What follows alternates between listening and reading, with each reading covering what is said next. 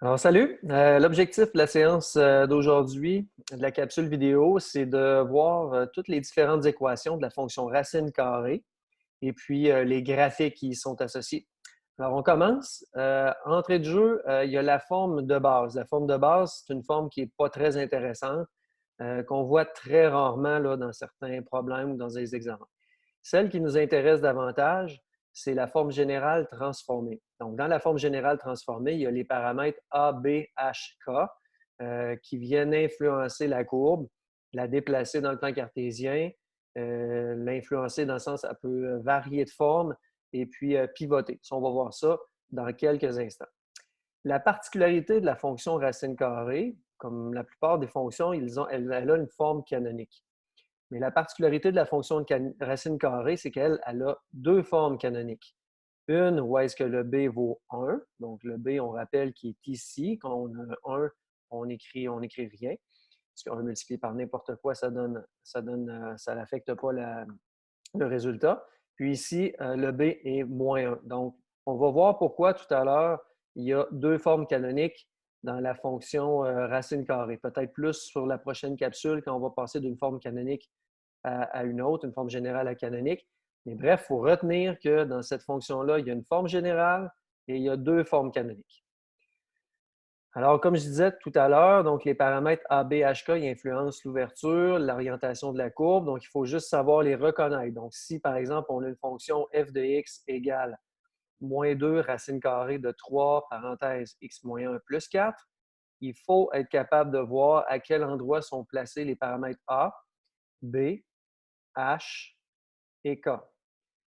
Faites à noter, dans toutes les formes, ça c'est quelque chose de très important, dans les trois formes qui sont là, les trois équations, le x, quand on observe les équations, il est toujours tout seul, c'est-à-dire qu'il n'y a pas une constante autre que 1 devant, donc c'est juste x, puis il est positif. Donc, ce n'est pas moins x qui est marqué là, c'est x. Donc, pour être capable d'analyser les paramètres A, B, H, K, il faut absolument, des fois, transformer ce qu'on nous donne comme équation pour l'écrire de cette manière-là ou dans une forme canonique pour être capable de voir clairement les paramètres A, B, H et K. Puis faites à noter aussi, le A, on va s'entendre tout le monde que c'est sûr que c'est moins 2. Le B, c'est 3.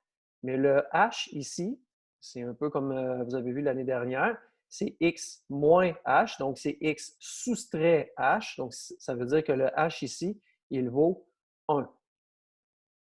Donc, en ayant le h qui vaut 1, ça devient x moins 1.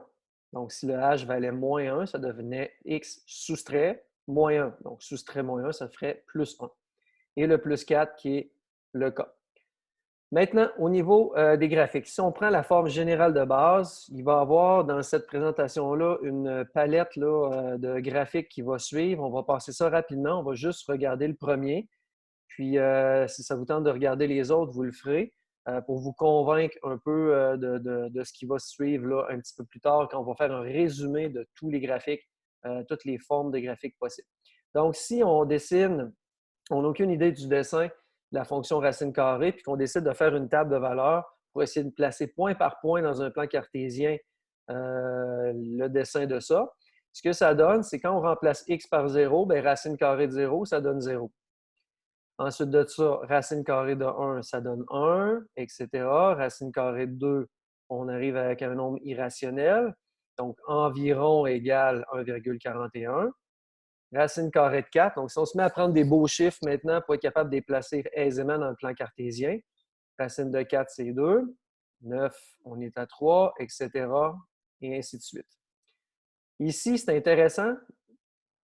À une capsule précédente, donc celle où on a vu la rationalisation du dénominateur, on avait parlé qu'une racine, la racine d'un négatif, ça ne se peut pas, on ne peut pas faire ça. Donc ici, quand j'essaie d'aller dans les nombres négatifs directement en dessous de la racine, on arrive avec quelque chose d'impossible. Donc maintenant, si on remet les chiffres ici qui sont possibles, les nombres qui sont possibles et qu'on dessine, donc on a 0, 0, 1, 1, 4, 2, 9, 3 et ainsi de suite Et on voit que la courbe, elle démarre en montant plus rapidement et plus ça va, plus elle s'aplanit.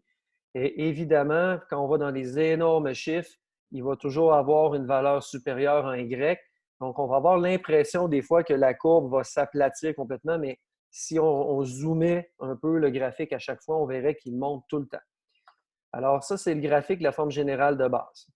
La seule différence avec les autres graphiques, quand il y a des paramètres ABHK, comme on a vu dans la diapositive précédente, c'est que le graphique va peut-être être plus élevé comme ça, ou plus aplati, ou plus dans ce sens-là, ou ailleurs dans le plan cartésien. Donc, c'est ça les seules différences quand il y a des paramètres. Le HK, ici, c'est le sommet. Donc, le sommet ici est à 0, 0. Le sommet, ça va être les paramètres HK dans cette fonction-là. Maintenant, je vais passer celle-là rapidement, puis on va aller à une forme qui peut être un petit peu plus complexe. Si on a quelque chose comme ça, ce que ça donne, c'est que si on fait la table des valeurs au complet, comme il est présenté ici, ça va donner ces nombres-là. Donc, on s'aperçoit quand on met 0 ici, ça fait moins 3 comme résultat en dessous de la racine carrée. Ça donne quelque chose d'impossible. Alors, pour chacun des nombres, il y a des fois des valeurs qui donnent, dès que ça donne en dessous de 0, donc dans les nombres négatifs, on n'a rien. Puis là, dès qu'on commence à aller à des valeurs positives ou nulles, donc racine de 0, ça marche aussi. Là, on a des valeurs. Donc, si je dessine ce graphique-là, ce que ça donne, c'est que ça va donner un graphique comme ça. Donc, si vous placez ces points-là point par point, vous allez obtenir un graphique qui va par en bas. OK? Donc, le sommet ici, il est à 3, 4. Comment j'ai fait pour deviner que c'était ce point-là? C'est simple. Le paramètre H, il est ici et le paramètre K, il est ici. Donc, le H, K, il est là. Donc, c'est le premier point normalement que je vais aller placer dans mon graphique. Ensuite de ça, tout à l'heure, on a vu que le graphique faisait une courbe qui va plus dans ce sens-là, comme ça ici. Je ne sais pas si j'ai un outil pour le dessiner, mais de toute façon, on sait que ça va aller dans ce sens-là. Pourquoi maintenant il est par en bas? Ben, c'est parce qu'il faut connaître maintenant c'est quoi, pardon, il faut connaître c'est quoi, qu'est-ce que nos paramètres ils font sur le graphique. La différence entre un A, là, le A ici c'est -2, et un A qui vaut 2. Le A, lui, il influence la courbe au niveau vertical, donc il peut l'étirer comme ça ou l'aplatir verticalement.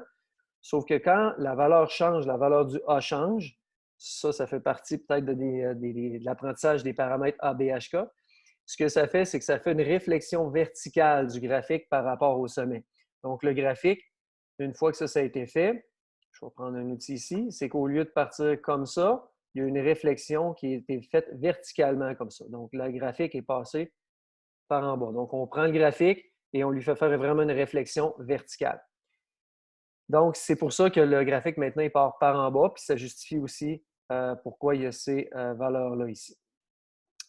Ensuite de ça, on va passer maintenant à toutes les options qu'on peut avoir de graphique. Donc, s'il y avait quelque chose là, à retenir aujourd'hui au niveau des équations, c'est peut-être la première diapo, la première slide qu'on a vue.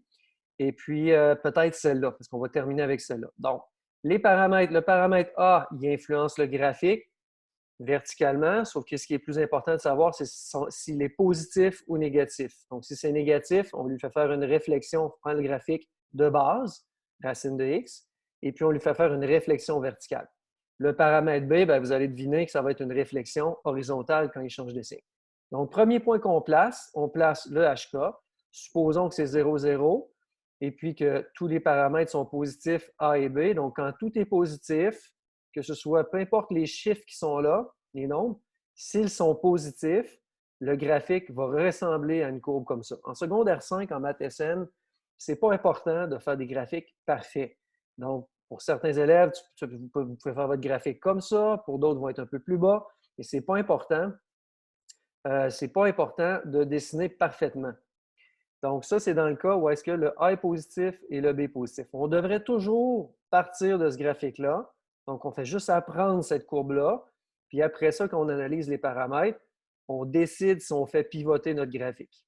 Donc, l'important secondaire 5 en maths SN, il pour répondre à toutes les questions, pour toutes les fonctions, c'est de faire des bonnes esquisses.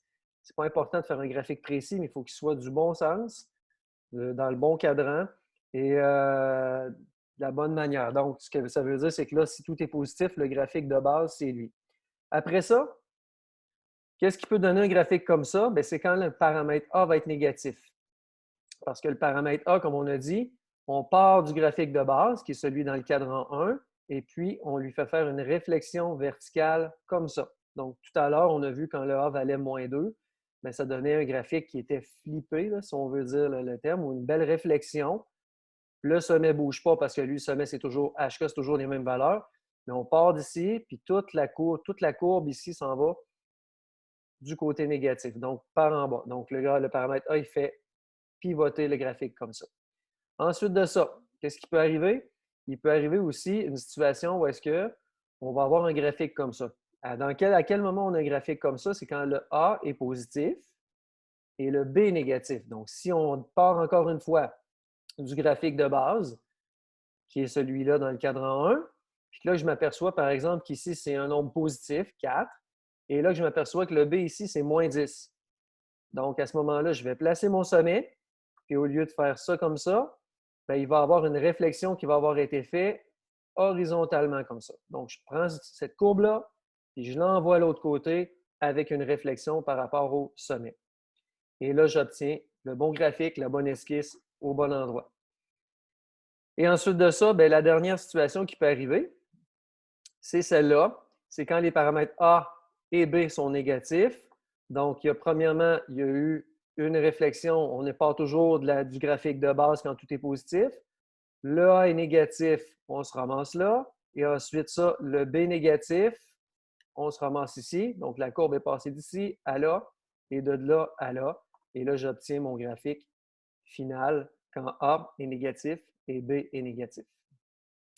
Alors, c'est pas mal ça qui est important pour aujourd'hui. Dans les prochaines capsules, on va continuer de creuser cette partie-là, aller placer différents graphiques, à les dessiner en fonction de leur esquisse, sans faire quelque chose de précis. Et puis, on va développer notre habileté à faire des graphiques plus rapidement.